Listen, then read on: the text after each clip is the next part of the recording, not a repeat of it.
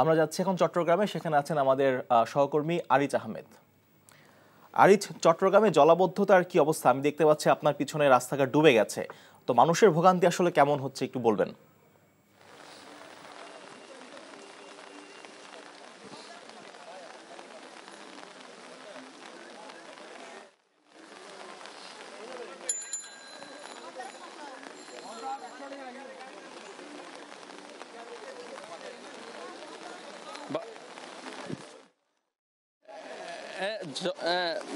চট্টগ্রামের জলবদ্ধতা এবং বাড়ি বর্ষণের কারণে নগর জুড়ে আসলে জলবদ্ধতা শুরু হয়েছে। আবহাওয়া অফিস আমাদেরকে যেটা জানিয়েছে যে গত 24 ঘন্টায় চট্টগ্রামে 142 মিলিমিটার বৃষ্টিপাত রেকর্ড করা হয়েছে। আপনি দেখছেন সাগর, এখানে চট্টগ্রামের এটি একটি অতি গুরুত্বপূর্ণ সড়ক। এখানে সকাল থেকে আসলে হাঁটু থেকে কোমর পরিমাণ পর্যন্ত পানি এখানে নিমজ্জিত আছে। এছাড়া নিচতলার যেসব দোকান পাট আছে, বিপণী বিতানগুলো আছে এবং বাড়িঘরগুলো আছে, সেখানকার নিম্নাঞ্চলের মানুষগুলো আসলে খুব দুর্ভোগে পড়েছেন। এছাড়া চট্টগ্রামের সাথে 3 পার্বত্য জেলার মধ্যে রাঙ্গামাটি এবং খাগড়াছড়ির সাথে সড়ক যোগাযোগ ইতিমধ্যে বিচ্ছিন্ন হয়ে আছে। চট্টগ্রামের হালদা নদী, দুরং, শঙ্খ সহ বেশ কোটি নদীর পানি বিপদ সীমার উপরে যাচ্ছে।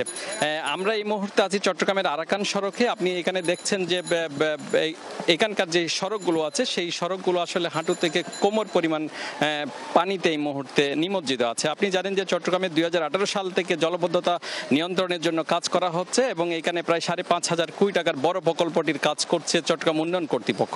এছাড়া আমাদের আবহাওয়া অফিস যেই সর্বশেষ বার্তাটি দিয়েছে, চট্টগ্রামে ভূমিধসের আশঙ্কা করা হচ্ছে। চট্টগ্রামে প্রায় 26টি পাহাড়ে ঝুঁকিপূর্ণভাবে লক্ষাধিক মানুষ বাস করছে। এইসব পাহাড়গুলো আসলে গত 3 দিন ধরে পাহাড় ধসের আশঙ্কা করা হয়েছিল, কিন্তু আজকে থেকে ভূমিধসের আশঙ্কা করা হচ্ছে। এই কারণে চট্টগ্রামের প্রশাসন ঝুঁকিপূর্ণ এলাকা থেকে জনগণকে সরিয়ে নেওয়ার জন্য কাজ শুরু করেছে। সাগর, এই ছিল চট্টগ্রামের সর্বশেষ। জানছিলাম বন্যা এবং জলাবদ্ধতার খবর।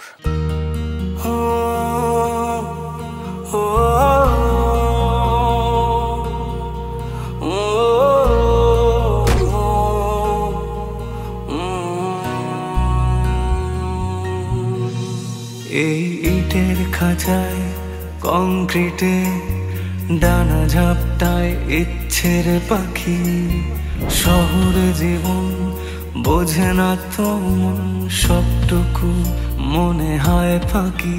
এখানে স্বপ্ন ভাঙার কান্না কেউ শুনেও যেন শোনে না, তাই বুকে ব্যথা কালশিটে, চোখে শুধু জল ছবি আঁকি। বন্ধ মনের অন্ধকারে মোছে না তো কালো